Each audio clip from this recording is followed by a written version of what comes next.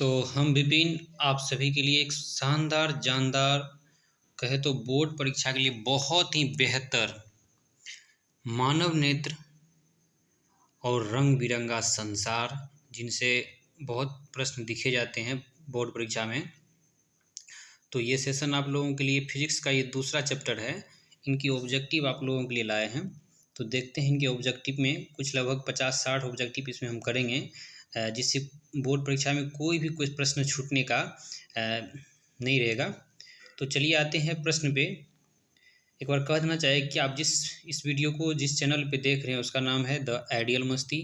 तो आप एक बार उस चैनल को सब्सक्राइब कर लें, लाइक कर दें और अपने दोस्त तक भी पहुंचा दें, क्योंकि सहूलियत होगी उन सभी को भी यह वीडियो देख करके एग्जाम में प्रश्न छूटेगा नहीं। तो चलिए आते हैं सीधा प्रश्न पे।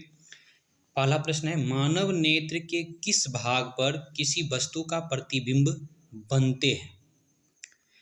तो इसका एक नंबर ऑप्शन है कॉर्निया पर, परितारिका पर, पुतली पर, रेटिना या दृष्टिपटल पर।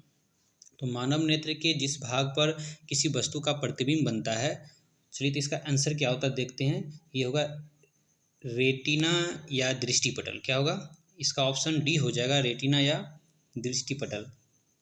चलिए अगला प्रश्न देखते हैं 2 नंबर का। तो अगला प्रश्न है, तारों के टिमटिमाने की व्याख्या किस सिद्धांत पर आधारित है?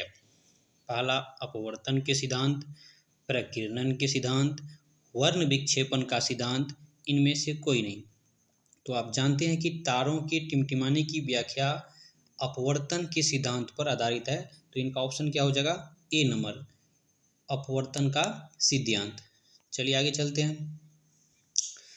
अगला 3 नंबर का प्रश्न है कि नेत्र लेंस की फोकस दूरी अधिक हो जाने से कौन सा दृष्टि दोष होता है? तो आप जानते हैं कि जब नेत्र लेंस की फोकस दूरी अधिक हो जाता है तो दूर दृष्टि दोष उत्पन्न हो जाता है। तो पहला ऑप्शन है निकट दृष्टि दोष, दूसरा ऑप्शन है दूर दृष्टि दोष, तीसरा ऑप्शन है जरा दृष्टि दूरदर्शिता, डी नंबर है इनमें से कोई नहीं। चलिए देखते हैं क्या बताता है कि दूर दृष्टि दोष। तो इसका कितना हो जाएगा? बी नंबर ऑप्शन हो जाएगा, दूर दृष्टि दोष। चलिए अगला 4 नंबर का प्रश्न देखते हैं। 4 नंबर का प्रश्न है, नेत्र में किसी वस्तु का बना प्रतिबिंब होता है। तो नेत्र में किसी वस्तु का बना प्रतिबिंब क्या होता है? काल्पनिक सीधा तथा छोटा, काल्पनिक उल्टा तथा बड़ा, वास्तविक उल्टा तथा छोटा, वास्तविक उल्टा तथा बड़ा। तो आप जानते हैं कि नेत्र से जो भी प्रतिबिंब बनता है वो वास्तविक बनता है, उल्टा तथा वस्तु से क्या बनता है? छोटा बनता है। तो इसका आंसर क्या है? इसका प्रश्न का आंसर देखेंगे तो क्या होगा? 2 नंबर ऑप्शन हो जाएगा इसका, सी नंबर ऑप्शन हो जाएगा, सी नंबर की वास्तविक उल्टा तथा वस्तु से छोटा। चलिए अगला प्रश्न देखते हैं। अगला प्रश्न 5 नंबर का है, जो नेत्र निकट स्थित वस्तुओं को स्पष्ट नहीं देख पाता उस नेत्र में होता है। जब हम किसी वस्तु को निकट स्थित वस्तु को स्पष्ट नहीं देख पाते हैं तो उस नेत्र में जो दोष होता है उसे दूर दृष्टि दोष कहते हैं। तो चलिए इसका आंसर देखते हैं क्या होता है। दूर दृष्टि दोष, ए नंबर ऑप्शन होगा, दूर दृष्टि दोष। जब हम निकट की वस्तु को सही से नहीं देख पाते हैं तो हमारी आंख में कौन सा दोष हो जाता है? दूर दृष्टि दोष। चलिए अगला प्रश्न देखते हैं। प्रश्न नंबर 6। प्रश्न नंबर 6 है, श्वेत प्रकाश की किरण जब किसी प्रिज्म से होकर गुजरती है तब जो रंग सबसे अधिक विचलित होता है वह है। तो आप जानते हैं सबसे अधिक विचलन होने वाला रंग कौन है? बैगनी रंग। तो चलिए इस प्रश्न का आंसर देखते हैं क्या होगा? बैगनी। क्या होगा? बैगनी। और आप ये भी बता दीजिए कि जो सबसे कम विचलन होता है वो रंग क्या है? तो वो दोस्तों क्या होगी? वो लाल होगी। क्या होगी? लाल। चलिए अगली प्रश्न पर चलते हैं। 7वें प्रश्न पे चलते हैं दोस्तों। 7वें प्रश्न है, अपने लेंस की फोकस दूरी को बदलकर दूर या निकट की वस्तु को साफ साफ देखने सकने की आँख के गुण को क्या कहते हैं? तो साफ साफ देखने में आँख के गुण को कहते हैं स्मंजन क्षमता। क्या कहेंगे? स्मंजन क्षमता। क्या कहेंगे इसको? इसको कहेंगे स्मंजन क्षमता। चलिए अगला प्रश्न देखते हैं। अगला प्रश्न क्या कहता है? तो अगला प्रश्न है 8 में, जरा दूरदर्शिता से पीड़ित व्यक्ति का उपचार किस प्रकार के लेंस से किया जाता है? तो आप जानते हैं कि दूरदृष्टि दोष से जो व्यक्ति पीड़ित होता है उसे उत्तल लेंस से उपचार किया जाता है। निकट दृष्टि दोष से जो पीड़ित होता है उसे अवतल लेंस का से उपचार किया जाता है, और जो जड़ा दूरदर्शिता से पीड़ित होता है उसे बायोफोकल लेंस से इसका उपचार किया जाता है। चलिए, तो बी नंबर हो गया। आगे बढ़ते हैं 9 नंबर क्वेश्चन में। एक स्वस्थ मानव नेत्र के लिए निकट तथा दूर बिंदु क्रमशः होते हैं। तो दोस्तों आप जानते हैं कि निकट, तो निकट होगा 25 सेंटीमीटर, और दूर, तो एक मानव नेत्र दूर अनंत बिंदु तक देख सकता है। तो आपके ऑप्शन में कभी कभी होगा 25 मीटर, 25 सेंटीमीटर, 25 किलोमीटर, तो आप लोग उसमें घबराइएगा नहीं, उसमें मारिएगा 25 सेंटीमीटर, एवं दूर कहेगा तो अनंत। तो चलिए इसका आंसर डी हो जाएगा। देखते हैं आंसर क्या होता है, 25 सेंटीमीटर एवं अनंत। चलिए आगे बढ़ते हैं। अगला 10 नंबर प्रश्न है कि विभिन्न दूरियों पर की वस्तुओं के प्रतिबिंब को फोकस करने के लिए आँख के लेंस की फोकस दूरी परिवर्तित होती है। पुतली द्वारा, रेटिना द्वारा, सिलियरी पेशियों द्वारा, आइरिस द्वारा। तो इसका आंसर देखते हैं क्या होता है। ये होगा सिलियरी पेशियों द्वारा। किसके द्वारा? सिलियरी पेशियों द्वारा। किसके द्वारा दोस्तों? तो ये होगा आपको सिलियरी पेशियों द्वारा। सिलियरी, तो चलिए सिलियरी पेशियों द्वारा। चलिए आगे बढ़ते हैं अगला प्रश्न की ओर। तो अगला प्रश्न है जो नेत्र दूर स्थित वस्तुओं को स्पष्ट नहीं देख सकता तो उस दोष को क्या कहते हैं? तो जो नेत्र दूर स्थित वस्तुओं को स्पष्ट नहीं देख सकता उसे कहते हैं निकट दृष्टि दोष। क्या कहेंगे? दूर की वस्तु को जब स्पष्ट नहीं देख सकते हैं तो उसे क्या कहेंगे? निकट दृष्टि दोष। चलिए आगे बढ़ते हैं अगला प्रश्न की ओर। अगला प्रश्न है किस दृष्टि दोष में किसी वस्तु का प्रतिबिंब रेटिना के आगे बनता है? तो किस दृष्टि दोष में किसी वस्तु का प्रतिबिंब रेटिना के आगे बढ़ता है? निकट दृष्टि दोष में, दूर दृष्टि दोष में, जरा दूरदर्शिता में, इनमें से कोई नहीं। चलिए देखते हैं इसका आंसर क्या होता है। निकट दृष्टि दोष में। किसमें? निकट दृष्टि दोष में। चलिए दोस्तों आगे बढ़ते हैं 13वें नंबर प्रश्न पर। 13वें नंबर प्रश्न है नेत्र की अस्मंजन क्षमता कम हो जाने से उत्पन्न होता है। अस्मंजन क्षमता कम हो जाने से निकट दृष्टि दोष, दूर दृष्टि दोष, जड़ा दृष्टि दोष, वार्णता। इसमें क्या होगा आंसर? चलिए देखते हैं दोस्तों। तो ये जड़ा दृष्टि दोष क्या होती है? उत्पन्न हो जाती है। क्या उत्पन्न हो जाती है? जड़ा दृष्टि दोष। तो चलिए अगला प्रश्न देखते हैं। अगला प्रश्न क्या कहता है? चंद्रमा पर खड़े अंतरिक्ष यात्री को आकाश प्रतीत होता है। तो चंद्रमा पर खड़े अंतरिक्ष यात्री को आकाश कैसा प्रतीत होता है? तो कैसा प्रतीत होता है चंद्रमा पर खड़े व्यक्ति को आकाश? काला। कैसा? काला। चलिए इसका प्रश्न का आंसर भी देखते हैं, काला। चलिए बहुत अच्छा, आप लोग भी अपने मन में इसे बनाते चलिए, और कमेंट बॉक्स में आप लोग बताइएगा कि कितना आप लोगों का सही हुआ। 15वें नंबर प्रश्न देखते हैं श्वेत रंग कितने रंगों के मेल से बना होता है? तो आप सभी जानते हैं कि श्वेत रंग जो है 7 रंगों के मेल से मिलकर बना होता है। डी नंबर इसका ऑप्शन हो जाएगा। चलिए आगे बढ़ते हैं। दृश्य प्रकाश में किस वर्ण का तरंगदैर्घ्य अधिकतम होता है? तो दृश्य प्रकाश में किस वर्ण का तरंगदैर्घ्य अधिकतम होता है? तो तरंगदैर्घ्य दोस्तों जब पूछे तरंगदैर्घ्य किसका अधिक होता है तो ये लाल रंग होता है। क्या होता है? लाल रंग का। और सबसे कम तरंगदैर्घ्य किसका होता है? बैगनी रंग का। तो चलिए आगे बढ़ते हैं। 17वें नंबर प्रश्न पर दोस्तों इंद्रधनुष का बनना किस परिघटना पर आधारित है? इंद्रधनुष का बनना किस परिघटना पर आधारित है? तो प्रकाश का परावर्तन, प्रकाश का अपवर्तन, प्रकाश का वर्ण विक्षेपण। तो चलिए देखते हैं इसमें से क्या आंसर होता है। तो ये होता है प्रकाश का वर्ण विक्षेपण। तो इंद्रधनुष का बनना क्या है? प्रकाश का वर्ण विक्षेपण। तो चलिए आगे बढ़ते हैं 18वें नंबर प्रश्न पे। जो नेत्र निकट स्थित वस्तु को साफ नहीं देख सकता उस नेत्र में होता है। तो जो निकट के स्थित वस्तु को साफ नहीं देख सकता उसे दूर दृष्टि दोष कहते हैं। क्या कहते हैं? दूर दृष्टि दोष। ये हो जाएगा ए नंबर ऑप्शन इसका, दूर दृष्टि दोष। चलिए आगे बढ़ते हैं। तो आगे है किसी कोलाइडी विलयन में निलंबित कणों से प्रकाश के प्रकीर्णन को कहा जाता है। तो इसे क्या कहेंगे दोस्तों? किसी कोलाइडी विलयन में निलंबित कणों से प्रकाश के प्रकीर्णन को क्या कहते हैं? तो ये कहते हैं, इसे क्या कहते हैं दोस्तों? इसे कहते हैं टिंडल प्रभाव। जब कभी आप देखते हैं कि घर में अगर किसी छिद्र से रोशनी आती है और वहाँ धूल कण चमकता है तो उसी को क्या कहेंगे हम? उसी को कहेंगे टिंडल प्रभाव। तो ये वही है। चलिए आगे बढ़ते हैं। अगला प्रश्न 20वें नंबर प्रश्न है, मानव नेत्र को दूर बिंदु, मानव नेत्र का दूर बिंदु क्या होता है? तो हम बताए थे वो दोस्तों कि दूर बिंदु होता है अनंत। क्या होता है? अनंत होता है। दूर बिंदु क्या होता है? अनंत पर होता है। चलिए आगे बढ़ते हैं। 21वें नंबर प्रश्न पे, निकट दृष्टि दोष वाले व्यक्ति के चश्मे में होता है। तो निकट दृष्टि दोष, इससे पहले ही बताया कि जो व्यक्ति निकट दृष्टि दोष से पीड़ित होता है उसके लिए अवतल लेंस का व्यवहार किया जाता है। किसका? अवतल लेंस का। किसका? अवतल लेंस का। तो बी नंबर ऑप्शन हो जाएगा। चलिए आगे बढ़ते हैं। मानव नेत्र में उपस्थित लेंस है, मानव नेत्र में उपस्थित लेंस है। तो मानव नेत्र में कौन सा लेंस है? ये उत्तल लेंस है। कौन लेंस? उत्तल लेंस। चलिए आगे बढ़ते हैं 23वें नंबर प्रश्न पे।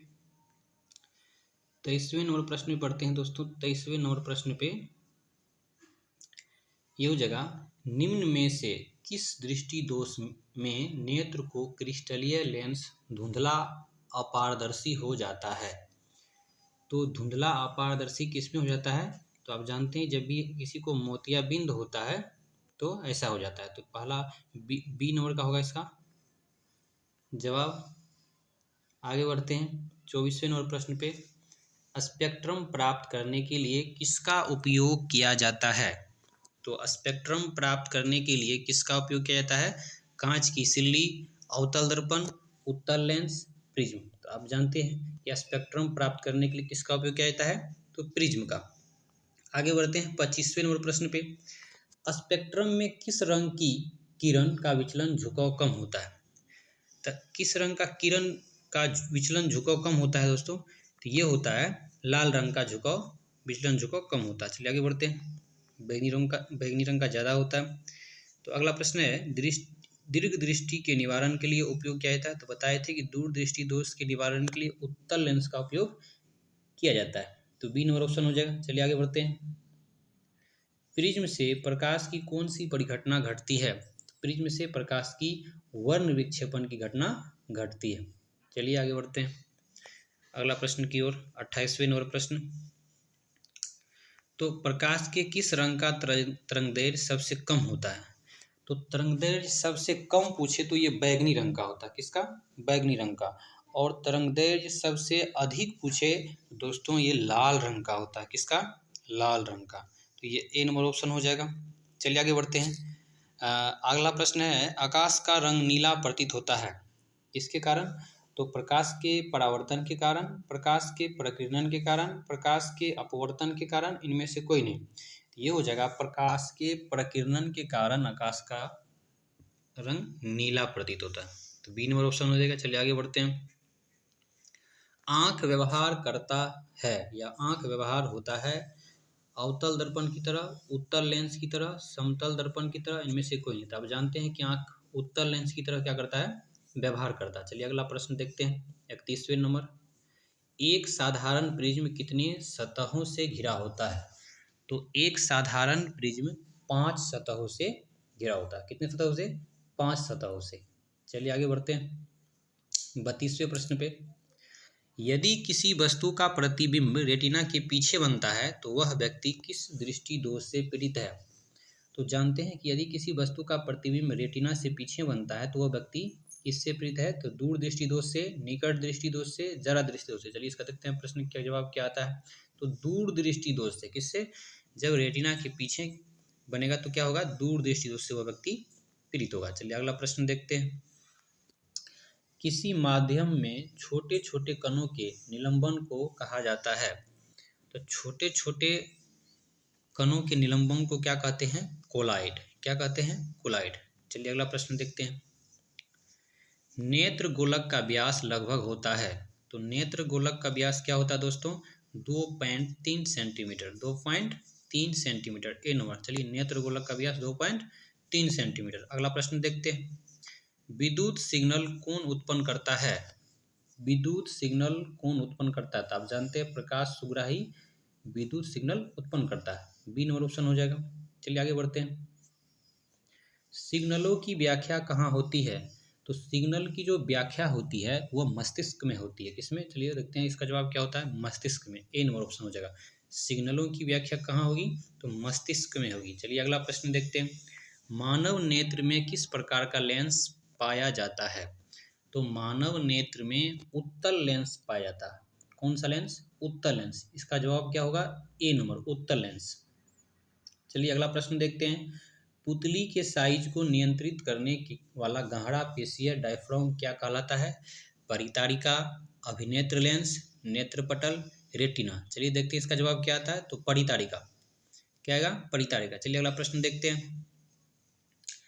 आँख की पुतली किस प्रकार कार्य करती है?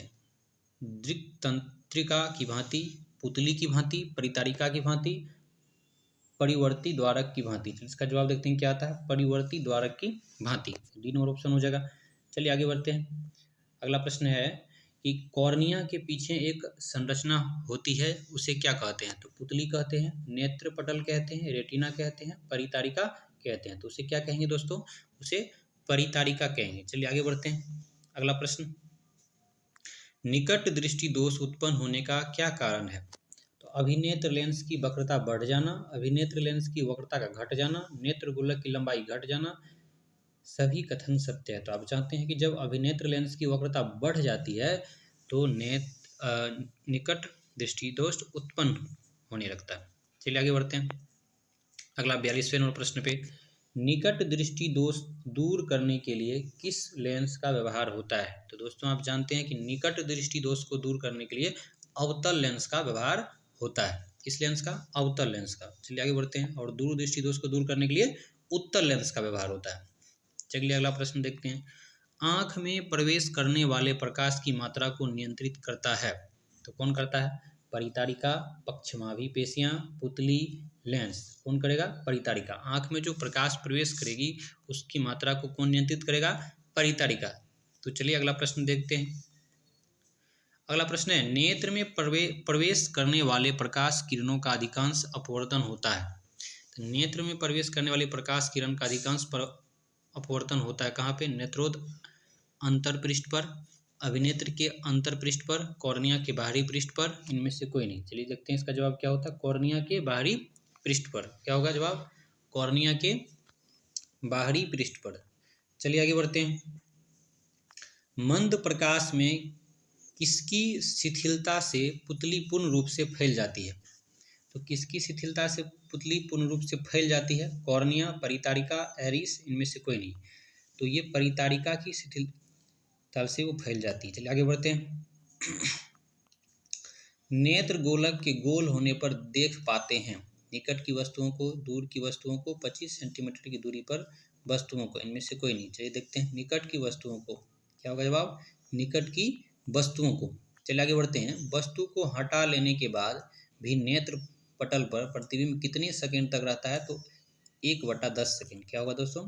1/10 सेकंड। ए नंबर ऑप्शन। चलिए आगे बढ़ते हैं। अगला प्रश्न का जवाब है, दृष्टि निर्बंध सिद्धांत का उपयोग कहाँ किया जाता है? चलचित्र प्रक्षेपण में, फोटोग्राफी कैमरे में, सूक्ष्मदर्शी में, इनमें से कोई नहीं। तो दृष्टि निर्बंध सिद्धांत का उपयोग चलचित्र प्रक्षेपण में किया जाता है। प्रश्न जवाब क्या होगा? ए नंबर ऑप्शन होगा। कॉर्निया के पीछे क्या है जो काले रंग की पेशियां का समुच्चय है? कॉर्निया के पीछे क्या है जो काले रंग की पेशियां का समुच्चय है? परितारिका, नेत्रपटल, दृष्टिपटल, इनमें से कोई नहीं। इसका जवाब होगा परितारिका। क्या होगा? परितारिका। ए नंबर ऑप्शन। चलिए आगे बढ़ते हैं। 50वें नंबर प्रश्न पे, आयु में वृद्धि होने पर मानव नेत्र में स्पंदन क्षमता घट जाती है, यह दोष कहलाता है? अबिंदुकता, दीर्घ दृष्टि दोष, लघु दृष्टि दोष, जड़ा दृष्टि दोष। तो ये क्या होगा? जड़ा दृष्टि दोष। D number option. चलिए आगे बढ़ते हैं। अगला प्रश्न है, कॉर्निया में दोष अर्थात उनके पूर्णतः गोलीय न होने के कारण किस प्रकार का नेत्र दोष होता है? अबिंदुकता, दीर्घ दृष्टि दोष, जड़ा दृष्टि दोष, लघु दृष्टि दोष। तो इसका जवाब क्या होगा? अबिंदुकता। चलिए आगे बढ़ते हैं अगला प्रश्न की ओर। अबिंदुकता नेत्र दोष वाले व्यक्ति के चश्मे में किस तरह के लेंस से दोष का निवारण किया जाता है? जब किसी व्यक्ति को अबिंदुकता हो जाती है तो किस लेंस से दूर किया जाता है? तो अवतल लेंस, बेलनाकार लेंस, उत्तल लेंस, द्विफोकल लेंस। तो आप जानते हैं ये बेलनाकार लेंस होता है जिससे इसकी दोष को दूर किया जाता है। चलिए अगला प्रश्न देखते हैं। दोष रहित नेत्र 25 सेंटीमीटर और अनंत के बीच रखी वस्तु को आसानी से देख पाता है। इसके बीच की दूरी को कहते हैं दृष्टि परिसर। अनंत बिंदु परिसर, निकट बिंदु परिसर कोई नहीं, तो इसे क्या कहेंगे? दृष्टि परिसर। ए नंबर ऑप्शन क्या होगा? दृष्टि परिसर। चलिए अगला प्रश्न देखते हैं। मानव नेत्र दो है, अतः इसका दृष्टि क्षेत्र होगा 180 centimetre degree, 150 degree, 160 degree, 120 degree. आप जानते हैं कि मानव अपने दोनों नेत्र से सिर्फ एक ही ओर देख सकता है, यानी कि 180 डिग्री देख सकता है, चारों ओर नहीं देख सकता है, इसलिए क्या होगा? 180 डिग्री। चलिए दोस्तों अगला प्रश्न देखते हैं। दूर दृष्टि वाली आंखें साफ साफ देख सकती है दूर की वस्तुओं को, निकट की वस्तुओं को, बड़ी वस्तुओं को, इनमें से कोई नहीं। तो जानते हैं आप लोगों को दूर दृष्टि वाली आंखें साफ साफ सिर्फ दूर की वस्तुओं को देख सकता है, और निकट दृष्टि दोष वाले वक्त आंख क्या देख सकती है? निकट की वस्तु को ही देख सकती है। चलिए अगला प्रश्न देखते हैं। दीर्घ दृष्टि दोष होने का क्या कारण है? अभिनेत्र लेंस की फोकस दूरी का घटना, नेत्र गोलक का बड़ा हो जाना, अभिनेत्र लेंस की वक्रता का घटना, अभिनेत्र लेंस की फोकस दूरी का अत्यधिक होना। चलिए इसका जवाब देखते हैं क्या होता है। तो अभिनेत्र लेंस की फोकस दूरी का अत्यधिक हो जाना, यानी ऑप्शन नंबर क्या होगा इसका? ऑप्शन नंबर हो जाएगा आपको डी। क्या हो जाएगा? डी हो जाएगा। चलिए अगला प्रश्न देखते हैं क्या होता है 57 का। अभिनेत्र लेंस की फोकस दूरी में परिवर्तन किया जाता है पुतली द्वारा, दृष्टिपटल द्वारा, पक्षमाभि द्वारा, परितारिका द्वारा। तो इसका जवाब होता है कि पक्षमाभि द्वारा अभिनेत्र लेंस की फोकस दूरी में परिवर्तन किया जा सकता है। किसके द्वारा? किसके द्वारा दोस्तों? पक्षमाभि द्वारा। चलिए अगला प्रश्न देखते हैं क्या होता है। रेटिना प्रकाश को परिवर्तित करता है। रेटिना प्रकाश को परिवर्तित करता है विद्युत ऊर्जा में, विद्युत सिग्नल में, वास्तविक प्रतिबिंब में, इनमें से कोई नहीं। देखते हैं इसका जवाब क्या होता है? विद्युत सिग्नल में। किसमें दोस्तों? ये किसमें करता है? विद्युत सिग्नल में। चलिए अगला प्रश्न देखते हैं। अगला प्रश्न का जवाब क्या होता है? नेत्र दान करने वाले व्यक्ति की आयु सीमा होगी। तो नेत्र दान करने वाले व्यक्ति की आयु सीमा 10 वर्ष, 25 वर्ष, 60 वर्ष, इनमें सभी। तो इनमें सभी व्यक्ति नेत्र दान कर सकते हैं, 10 वर्ष वाले व्यक्ति भी, 25 वर्ष वाले व्यक्ति भी और 60 वर्ष वाले व्यक्ति भी। इसलिए इसका आंसर क्या होगा? इनमें से सभी। चलिए अगला प्रश्न 60 नंबर का प्रश्न देखते हैं। मृत्यु के पश्चात कितने घंटे के अंदर नेत्र निकाल लेना चाहिए? 2 से 3 घंटे के भीतर, 4 से 6 घंटे के भीतर, 8 से 10 घंटे के भीतर, 10 से 12 घंटे के भीतर। तो आप जानते हैं कि मृत्यु के पश्चात 4 से 6 घंटे के भीतर आदमी के नेत्र को निकाल लेना चाहिए। तो अगला 61 का प्रश्न देखते हैं। इनमें से कौन व्यक्ति नेत्रदान कर सकता है?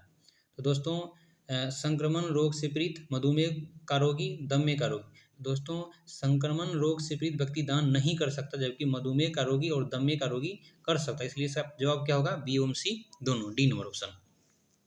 चलिए अगला प्रश्न देखते हैं। कौन रंग है जिसके खतरे के सिग्नल में उपयोग किया जाता है? तो आप जानते हैं कि लाल ऐसा रंग है जिसे खतरे के सिग्नल में क्या किया जाता है? इसका उपयोग किया जाता है। खतरे के सिग्नल में किसका उपयोग किया जाता है?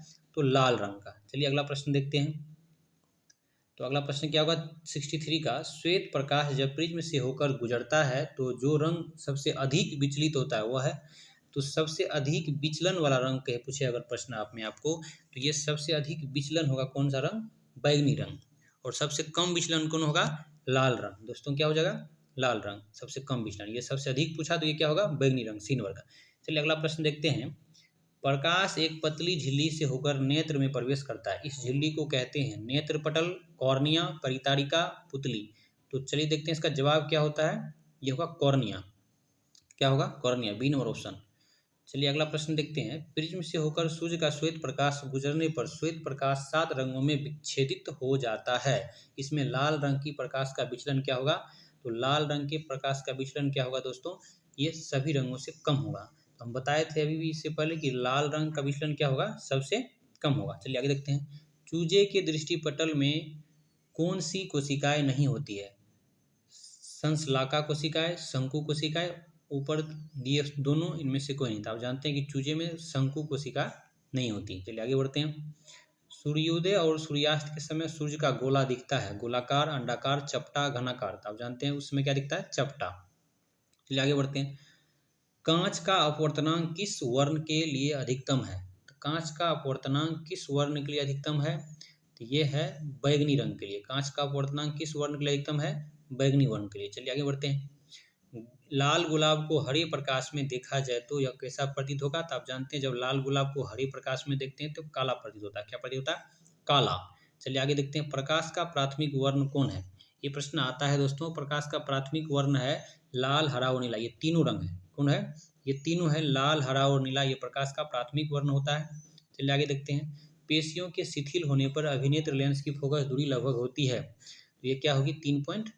2.5 सेंटीमीटर। 2.5 सेंटीमीटर। चलिए आगे देखते हैं। अगला प्रश्न 2.5 सेंटीमीटर हो जाएगी इसकी। अति सूक्ष्म कण किस तरह के प्रकाश को परिकीर्ण करते हैं? तो अति सूक्ष्म कण कण किस तरह के प्रकाश को परिकिरणित करते हैं? तो नीला। किससे? नीला। अगला प्रश्न देखते हैं। किसी प्रिज्म से होकर गुजरने वाली प्रकाश के लिए आपतन कोण और अपवर्तन कोण R हो तो निर्गत कोण का मान क्या होगा? LR के बराबर होगा, LR से छोटा होगा, LI प्लस LR के बराबर होगा, LI के बराबर होगा। दोस्तों ये होगा LI के बराबर होगा। चलिए अगला प्रश्न देखते हैं। वास्तविक सूर्यास्त और आभासी सूर्यास्त के बीच लगभग कितने समय का अंतर होता है? तो आप सभी जानते हैं वास्तविक सूर्यास्त और आभासी सूर्यास्त के अंतर 2 मिनट का अंतर होता है। कितने मिनट का? 2 मिनट का। चलिए अंतिम प्रश्न देखते हैं दोस्तों। उदय और अस्त होते समय सूर्य क्या दिखाई देता है? तो पीला, लाल, नीला, काला। आप सभी जानते हैं कि उदय और अस्त होते समय ये लाल दिखाई देता है। तो चलिए दोस्तों ये 75 प्रश्न देखे हम, तो आप लोग इसे गंभीरता से लें, देखें और इनको बार बार कभी कभी देखते रहें। चलिए बहुत बहुत धन्यवाद देखने के लिए। तो अब इससे पहले भी हम पिछला प्रकाश के परावर्तन और अपवर्तन प्ले लिस्ट में डाले हुए हैं, तो आप अगर उसे नहीं देखें तो जाकर देख लीजिए। और ये प्रश्न आपके लिए बहुत ही महत्वपूर्ण है बोर्ड एग्जाम के लिए, क्योंकि आप जानते हैं कि 100 क्वेश्चन ऑब्जेक्टिव से आते हैं, तो बहुत ही फायदेमंद होगा आप लोगों के लिए। तो चलिए बहुत बहुत धन्यवाद। हम विपिन विदा लेते हैं आपसे। फिर मिलेंगे अगले टॉपिक पे। जो अगला टॉपिक है फिजिक्स का, उस पर मिलेंगे, तो उसको भी आप देख लीजिएगा। बहुत बहुत धन्यवाद। तो चलिए मिलते हैं अगले टॉपिक पे। जय हिंद।